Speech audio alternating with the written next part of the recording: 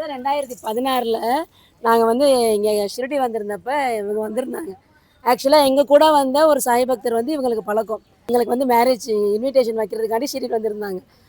அவங்கள பார்க்கணும் அப்படின்னோடனே எங்கள் ஹஸ்பண்ட் அவங்க சொன்னாங்க, இது மாதிரி ஒருத்தர் வந்திருக்காரு, போய் அவங்கள கூட்டிகிட்டு வந்துருங்க அப்படின்னு சொன்னாங்க. அப்போ தான் ஃபஸ்ட் டைம் வந்து இந்த கேசவன் சார் அவன் நாங்கள் மீட் பண்ணோம். கிட்டத்தட்ட 2014லேருந்து 26 அப்போ தான் திருப்பி மீட் பண்ணுற மாதிரி இருக்குது.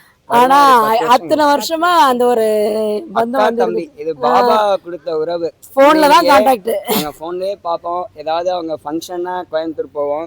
எப்படின்னா நிறையா பாபா நான் கோயிலில் பூஜை பண்ணுறேன். சாய்பாபா கோயில் மதுரையில் ஒரு 3 கோயிலில் பூஜை பண்ணுறேன். இருந்தாலும் நிறையா சந்தேகங்கள். அதாவது என்னென்னா பாபாவை பற்றி இவங்க போயிட்டு வரும்போதெல்லாம் அக்கா இது எப்படி பண்ணுறீங்க, இது எந்த மாதிரி அப்படின்னு சொல்லி ஒவ்வொரு விஷயத்தையும் நாங்கள் இவங்கக்கிட்ட கேட்போம். அதே மாதிரி எனக்கு ஏதாவது ஒரு பிரச்சனை ஏதாவது சொன்னால் அக்கா பாபாட்ட ப்ரே பண்ணிக்கோங்க. நிறையா விஷயங்கள் நடந்தது. போன வருஷம் வந்து பார்த்தீங்கன்னா பாப்பாவுக்கு திடீர்னு உடல்நிலை சரியில்லை. அப்போ ஆஸ்பத்திரியில் அட்மிட் பண்ணியிருந்தோம். 3 நாளில் ஷீரடி போகணும்.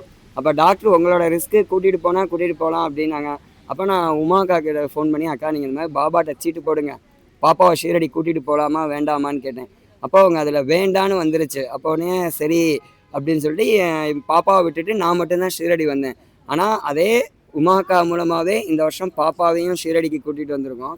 பாபா அதான் எப்படி சொல்கிறேன்னு தெரியல, இவங்க மூலமாக நிறையா மிராக்கிள் நடந்திருக்கு.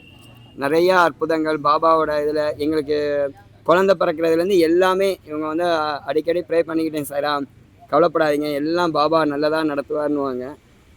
இவங்க மூலமாக எங்களுக்கு நிறையா அற்புதங்கள் பாபா செஞ்சுருக்காரு. அது எப்பவும் அதெல்லாம் மறக்கவே முடியாது. அதுக்கு பாபாவுக்கும் நன்றி.